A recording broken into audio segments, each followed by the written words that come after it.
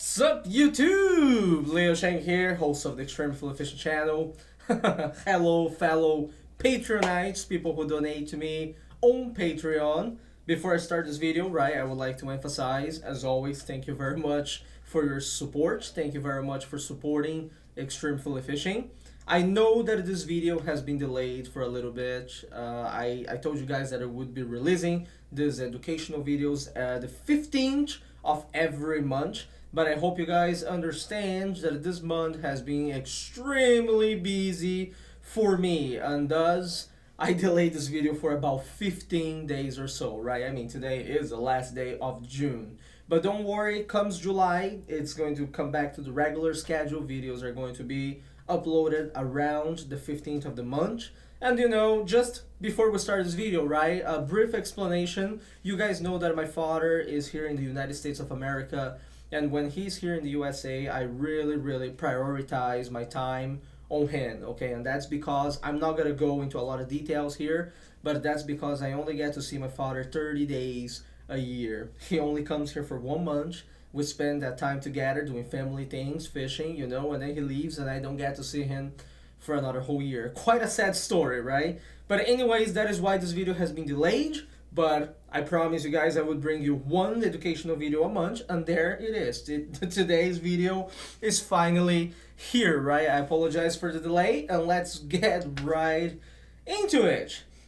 So, you know, this month's educational video is going to be about the different types of fish out there in the wild. And this, of course, this is a very important topic that is actually very unknown to folks out there. I will put it out that way, okay? Not a lot of people cite information about this topic, but it is a very important topic when it comes to the sport of fishing, in a sense that if you know what I'm going to talk to you guys about today, you will definitely become a better angler. You will definitely be able to catch more species of fish out there. So my story for today begins with a very famous dude. You guys can Google him. His name is Louis Agassiz. And back in the days, Louis Agassiz, not only an ichthyologist, but also a guy who worked with evolution and some other stuff. He trained his apprentices in a very interesting way. What Louis Agassiz would do is he would put his apprentices in a room with only a fish tank with one fish swimming inside the fish tank. And in order to evaluate his students, his apprentices, Louis Agassiz would pretty much leave his student there for like an hour or so and come in once in a while and ask his student what he or she had learned from watching the fish alone. This is what he would ask, you know. This is, of course, this was quite a difficult task, right? But the moral of the story is you can learn a lot just by observing a fish in the wild. And this is what we're going to talk about today. Some of the things that you guys should definitely think about while watching this video is how much exactly can you learn by watching a fish just swimming there in your local body of water, you know, like in other words, you're seeing that fish there in its natural habitat, right? How much can you learn from that fish? And the second question that you should, the second thing that you should definitely think about is just by watching that fish, would you be able to devise a plan to catch that fish effectively, you know? This is something for you to think about, okay?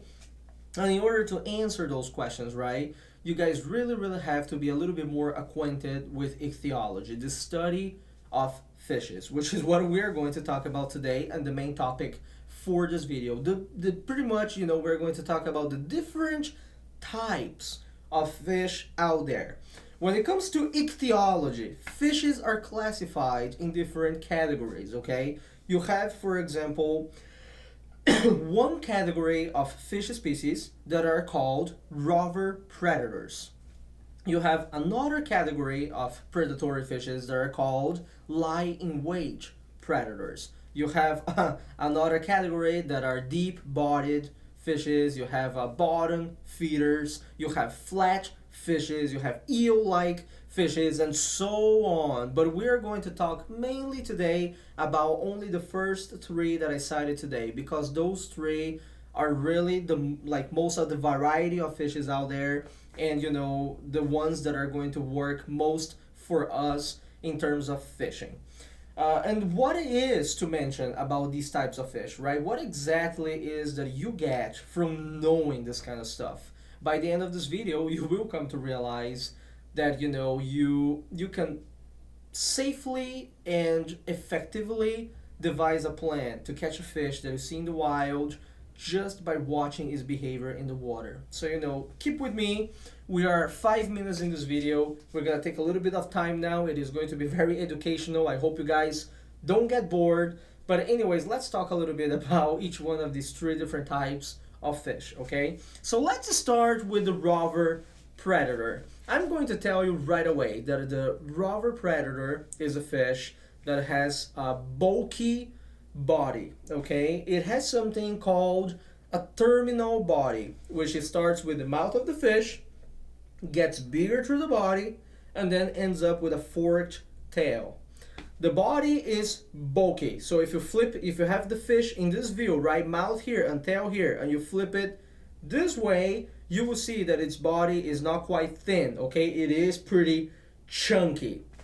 We are talking about rover predators, and one example of a rover predator, for example, is the largemouth bass, okay? The largemouth bass, the smallmouth bass, actually, the spotted bass, you talk about it, right? All those, bass fishes, they are rover predators. And what rover predators do is that they feed in a very unique and special way. They like to chase their targets, sometimes even in open water, and they use ram power to suppress their targets and eat them up. That's what pretty much largemouth bass does. Keep that in mind. The second category of fishes that we're going to talk about tonight is the lie-in-wait predator. All right, the lie-in-wait predator is pretty much the opposite of the rover predator. It has a body that is usually elongated, torpedo shaped. It starts also, of course, with its mouth, right? It increases just a little bit and then it becomes very long, ending up with a forked tail. If you have the mouth and the tail right here, and you flip the fish this way, you will see that the fish is still bulky, okay? But it is much, much more round than a rover predator, okay? The fins of this fish are very special in a certain sense as well. The dorsal fin and the anal fin are actually very, very close to its tail, right? And you will come to understand why in a second. The feeding behavior of lie-in-wait predators is the opposite of the rover predator.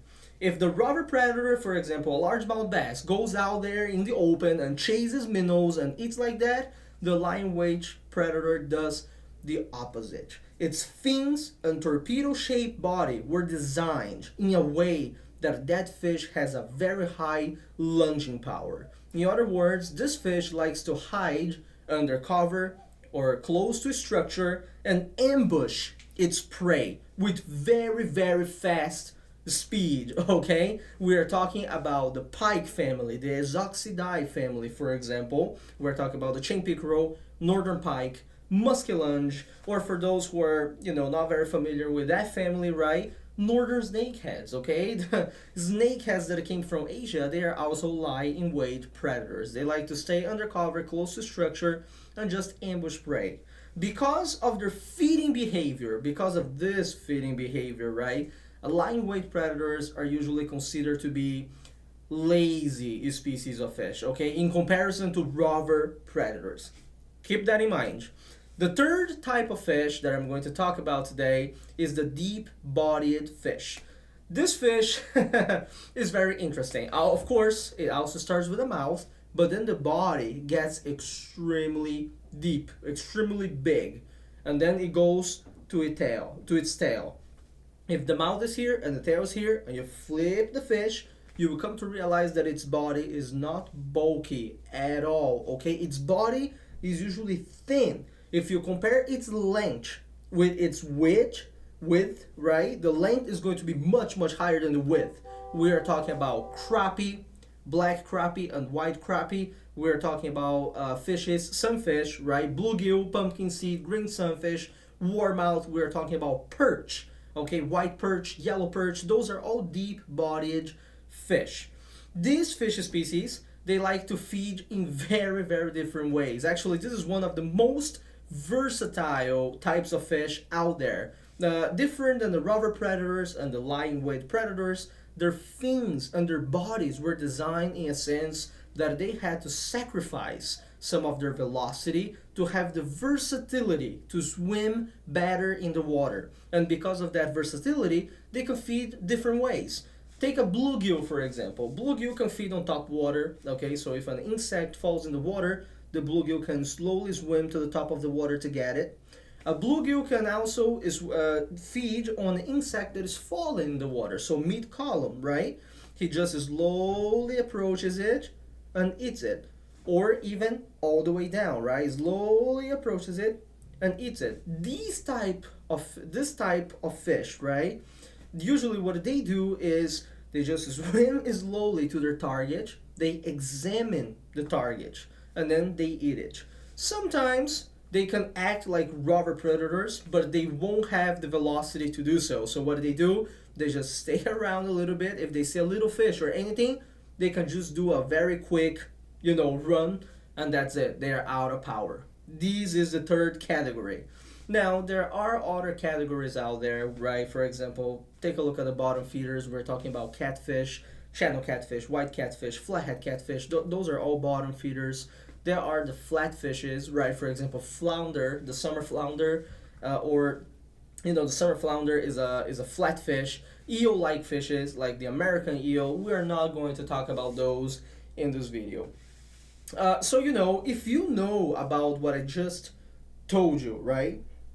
You can really, really come with different types of plans, right, to catch those types of fish. If you go there in the wild, and my message for this video is next time you go out there in the wild, when you are at your local lake, and you see a species of fish that you have never seen before, the first thing that you should do in terms of ichthyology and all the things that I told you about, you should be able to identify that fish in terms of what type of fish it is. Is it a rover predator? Is it a lie-in-wait predator? Is it a deep-bodied fish? Is it a bottom feeder? Is it an eel-like fish? Is it a flat fish? Is it a surface-oriented fish? I haven't even touched on the surface-oriented fish, okay? But those are usually smaller species of fish like banded killifish or mummy chog that have their mouths on top of their bodies, okay? So they feed on top of the water. But anyways, this is what you should be able to do. And in order for you to do so, what you have to do, right, that I pretty much have been talking through in this video, is you have to go out there, get yourself a pair of polarized glasses if you can. If not, go somewhere with clear water, as clear as possible, and just observe. Observe the fishes in their natural environment. And it may sound very boring at the beginning, but it will bring you a lot of knowledge. When you see a bass chasing something in the water, okay, you gain some experience from it. You finally realize how rover predators act. And because of that, maybe one day you will get a chatterbait, you will get a jerkbait, you will get a crankbait, go out there and you will know how to work it to get that motion rolling. When you go out there fishing and suddenly on any day you realize that a fish came out from cover, any type of fish, got a fish or got anything, ate and went back, you will come to realize that is a lie-in-wait predator. And maybe it will hit in your head that you should tie on a wacky rigged Senko and throw it right next to cover to see if one of those fishes is going to come out and eat it. Alright, it will come to your head one day if you see a fish feeding on the surface of the water or just mid-column, that if you free fall a bait down there and let it sink slowly without any weight, that fish is going to bite on it. So this is the message of this video, okay? You should be able to study these different types of fish and devise a plan for catching a certain species that you have never caught before. If you are an angler who's able to do this out there, right? You can go all around the world, and you will be able to catch fish using the techniques that you have in your pocket. This is something that a bass angler would never be able to do, all right? This is something that any angler that focuses on a single species would never be able to do. So as a multi-species angler, just like Louis Agassiz did to his apprentices back in the day, I am doing it to you. Just, I'm not putting you in a room and coming in every hour to test your knowledge of what you learned about the fish. I'm just telling you everything straightforward, right? You should be able to go out there, study those fishes, know what type of predators those fishes are, so you can devise a plan and catch them. You know, my father used to tell me this story when I was a kid, that it probably didn't take a long time for the first person who ever caught a carp to realize that he saw, you know, the carp feeding there on the mud down there, and he just decided to throw whatever junk in front of that fish to see if that fish was going to eat it or not, right? And over the years, if that didn't work, people came out devising the technique of chumming, right? Throwing multiple different types of baits in the water to see if the carp would feed or not. And finally, when they realized that chumming was working, that carp were actually feeding on whatever they threw in the water, they decided to throw their hook in between that. So in other words, this stuff that I'm teaching you in this video, which is something, you know, that people don't usually comment about out there on social media or even in books, you know, you can find very little information. This stuff is golden, because if you are able to understand how fish feed, each species out there, right, each type of fish, you will be able to devise new techniques. You will be able to come out with new things to try and eventually catch fish. And if you are an extraordinary human being, right, you will be able to maybe one day even come out with your own baits, with your own tackle, with your own strategies, and even do a little revolution when it comes to the fishing community, okay? So keep what I said in mind for today, right? This lecture was pretty much about the different types of fish out there in terms of behavior and eating behavior. Keep that all in mind, because next month I'm going to be talking about a topic that is very similar to this. It is pretty much going to be, well, I'm not going to reveal right now, but you guys will see. Thank you very much for tuning in today's lecture. Once again, I apologize for the lateness of this video, okay? I've been really trying, you know, to do things here and there, but like I mentioned, I only see my father 30 days a year. Okay, so you guys gotta understand that I really put priority on those 30 days. I try to give my old man some good time. I mean, who knows until what time they're gonna be alive, right? I mean, I don't like to say this kind of things, but you guys get the idea, right? So anyways, July, don't worry, the schedule is going to be back to normal. I'm going to be releasing this video, you know, July 15th to July 20th. There are plenty of videos already scheduled on my YouTube channel all the way to like July 14th. I just really didn't have time to sit in my basement and do this video today, alright? Once again, thank you very much for supporting me on Patreon. You guys have no idea how important your support is to ExtremePhillyFishing. You guys really help me out, okay? I don't make a stable income from YouTube yet. I am still struggling with this part-time job. It is a lot of work to get footage, compile the videos, edit, upload it, and everything else. Not to mention everything else that I have to do in my life, right? This is the part that subscribers really don't get to see, right? But so, you know, I truly appreciate it, all right? Thank you very much. Tight lines, folks. And until next video.